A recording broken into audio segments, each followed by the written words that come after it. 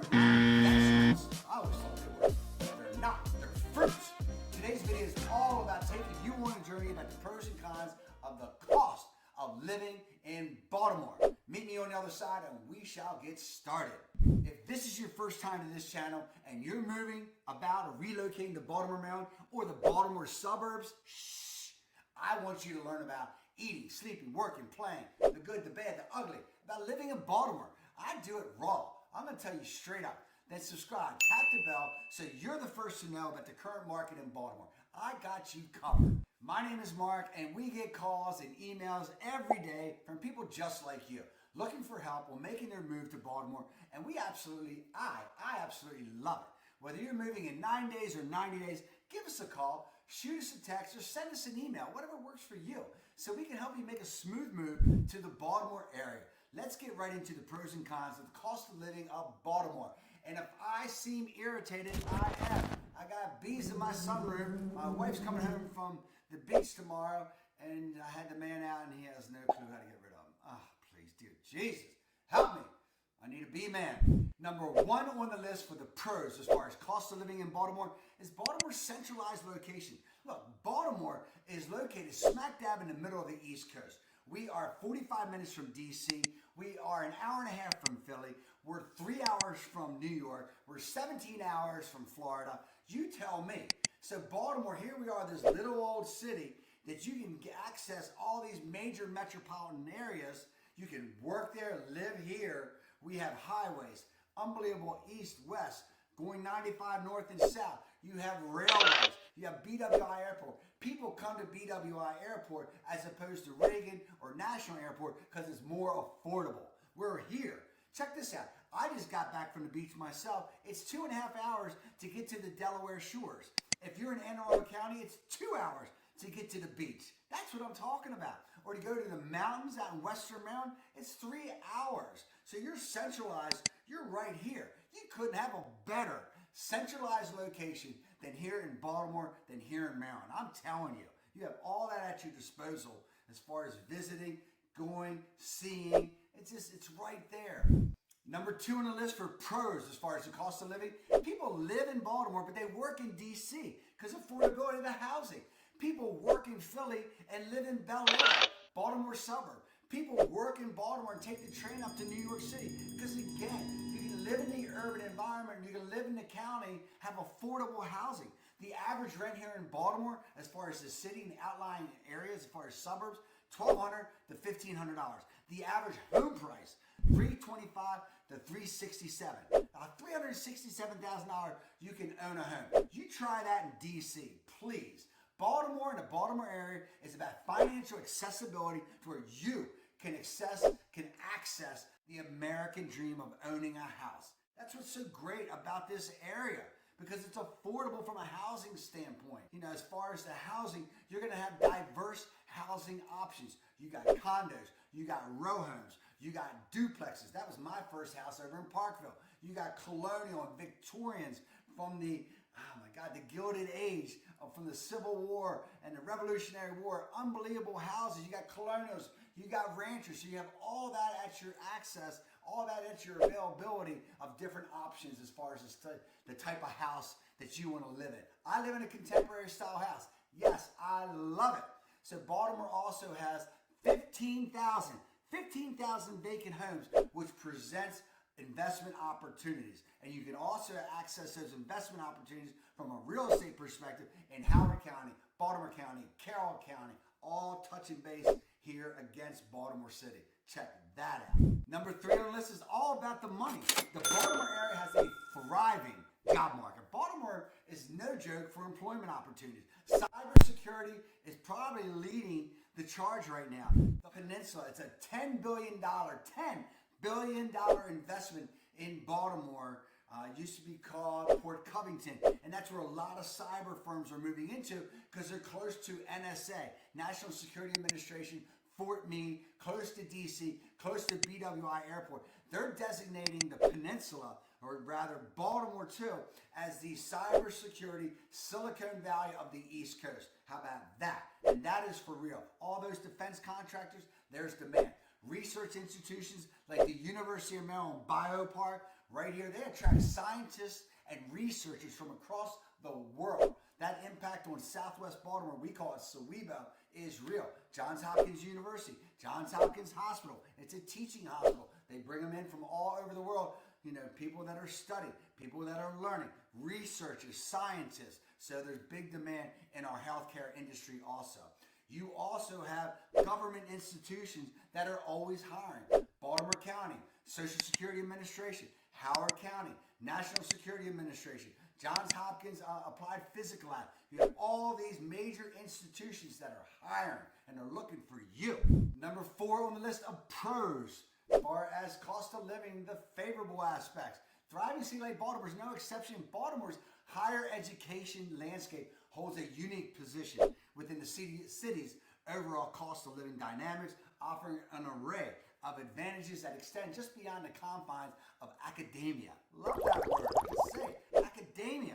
Baltimore is home to Johns Hopkins University, the College of Notre Dame, my wife's alma mater, my University of Baltimore, UMBC, one of the top 10 technical schools in the United States. You got Loyola, you got HBCU, Morgan State University, you got Towson. You have all these institutions, higher learning all around Baltimore, and it creates that need for individuals to teach, professors, researchers, you name it, it's all there. So you got world-class education, research opportunities like I talked about at Hopkins or the Biopark at University of Maryland. That's for real. There's big time demand there. So, but what even more magical, because when you have these educational institutions, is that you got employers that are willing to spend the money or invest the money rather in your career. And you have access to that where a lot of that high tuition is offset because you're in state. How about that? That is cool. From a cultural standpoint, intellectual, there's always at any of these universities, there's lectures, there's seminars, there's art exhibits, there's all kind of events that take place in these universities, these institutions. Not to mention some of the unbelievable football or basketball, whatever you're into. But more importantly, what I like is the theater. These schools have some dynamite theater, what do you call that? Schools within the institution itself, but whatever. I like the theater. I don't know what to call it. Even more importantly about these higher educational institutions, it stabilizes the home property values because there's always demand. For example, SWEBO, I mentioned that before, the University of Maryland Biopark, that whole area is really starting to grow there and be in demand from an investment standpoint. The other aspect, of course, is scholarships, financial aid. Because you have all these institutions competing around one another, they have demand and they're looking for students. So there's money available to you and to your kids and your grandkids or whoever else.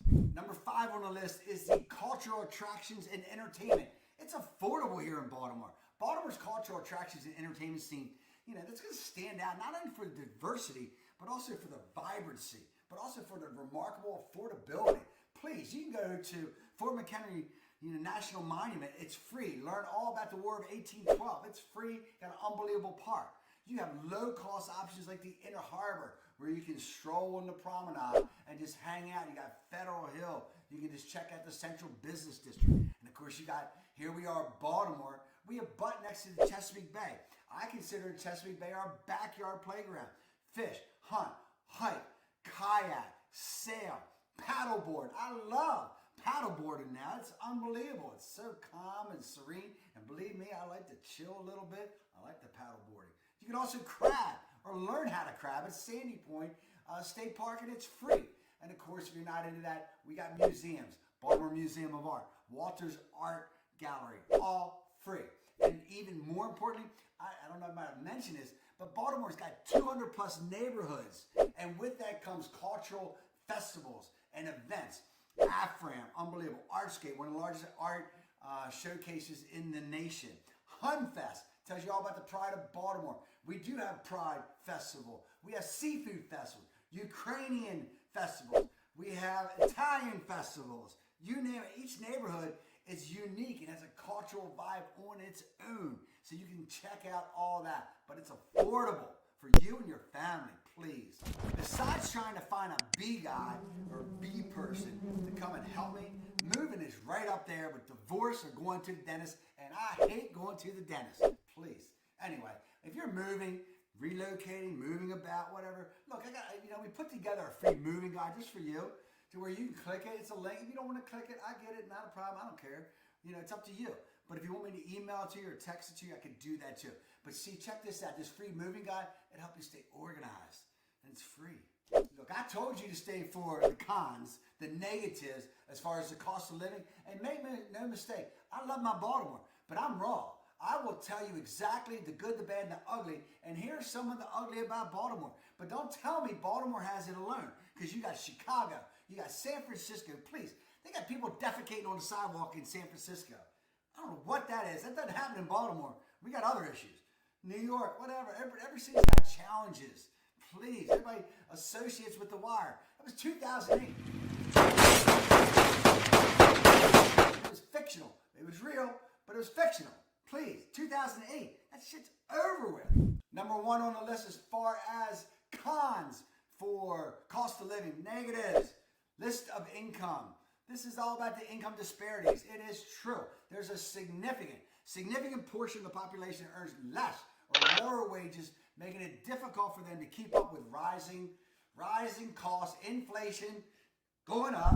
These areas like healthcare, education, daily essentials. Please, this is real. Here I am. I'm a white male raised in a middle-class family, and I've been high on my income, and believe me, I've been low. I even had my trash cans at one time repossessed. That's a fact. That's a different story. Redemption is sweet. But I had a family pull me up, help me out, and please, but not everybody has that. People need economic opportunities. They need jobs. And there's major disparities in Baltimore. You have poor white people and you have rich black people. But there's a big swath of individuals that don't fall into either category. So the inequality is real in Baltimore. Low income has a direct correlation to housing. How much you make is where you live. Where you live is what you eat. And check this out. This will blow you away. Baltimore, though, 12% of the city is a food desert. It's a desert, meaning that they don't have vegetables, they don't have fruit, they don't have whole grain, they don't have access to any of that. They got to go out, get in their cars, or get on the trains, and come out to the county. And that's ridiculous. That's hard. That's difficult. That's why we have obesity problems. Lower income individuals also, their families are going to struggle to keep up with the rising costs, especially as I mentioned in healthcare. Please, obesity, drugs, all that has major impacts as far as rising healthcare, and I'll talk about that. It creates a cycle for these citizens, a cycle for these individuals, a cycle for these people that the population finds it's difficult to break that, to break free, and all those financial constraints, and that's real. You can be in Baltimore, $1 million house, 2 blocks over, it looks like a war zone. That is a fact. Number 2 on the list is taxes. Look, any city, but Baltimore's got high taxes. Absolutely. Urban living, everything's at your disposal. Please, it comes with a price. In the city, residents, they're going to pay 3.05% city tax to live there. And also the state of Maryland, this is real, state of Maryland has a 6% sales tax. Again, that has an impact on cost of living. Higher property taxes also can offset some of the benefits for reasonable home prices. That's why you might see, or we are seeing over the last decade, there's a flight to the county, Baltimore County, Anne Arundel County, Howard County, all within the greater Baltimore area. Taxes can definitely impact overall affordability. And it does indeed deter potential home buyers. It's a fact. I've seen it with a lot of my clients. I know you're waiting for it. I'm not holding back.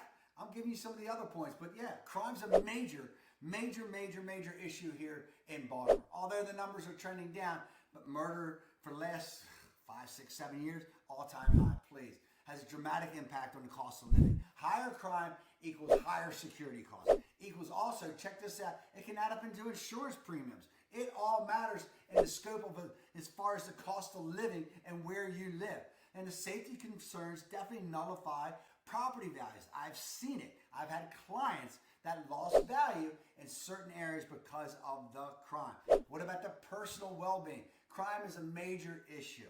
It has been. They've made some inroads with that. Baltimore's not alone. I'm not here to justify it. It's a fact. But again, it's not 2008 and The Wire. Baltimore's not The Wire. I'm telling you, it's not. There's some unbelievable areas you can live.